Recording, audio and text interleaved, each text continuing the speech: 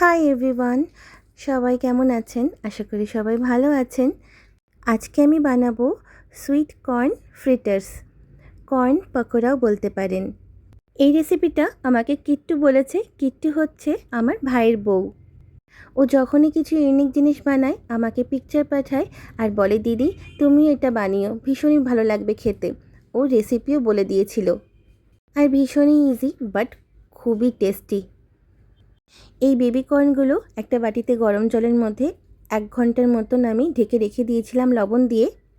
তারপর তার মধ্যে 2 চামচ বেসন, লবণ, গার্লিক পাউডার আমি দিয়েছি, আপনারা কুচি করে গার্লিকও দিতে পারেন, আদা গ্রেট করে দিয়েছি, ধনেপাতা, কাঁচা লঙ্কা, 1 চামচ কর্নফ্লাওয়ার আর 1 চামচ চালের গুঁড়ো দিয়েছি এর মধ্যে আমি, আর সামান্য বেকিং সোডা। জল অ্যাড করবেন না, যেহেতু বেবি কর্নগুলো সেদ্ধ করাই আছে। মাখানোর সময় বেশ ময়েস্ট হয়ে যায়, আর খুব বেশি পাতলা ব্যাটার তৈরি করা যাবে না, তাহলে এই বেবি কর্নগুলো ছেড়ে যাবে।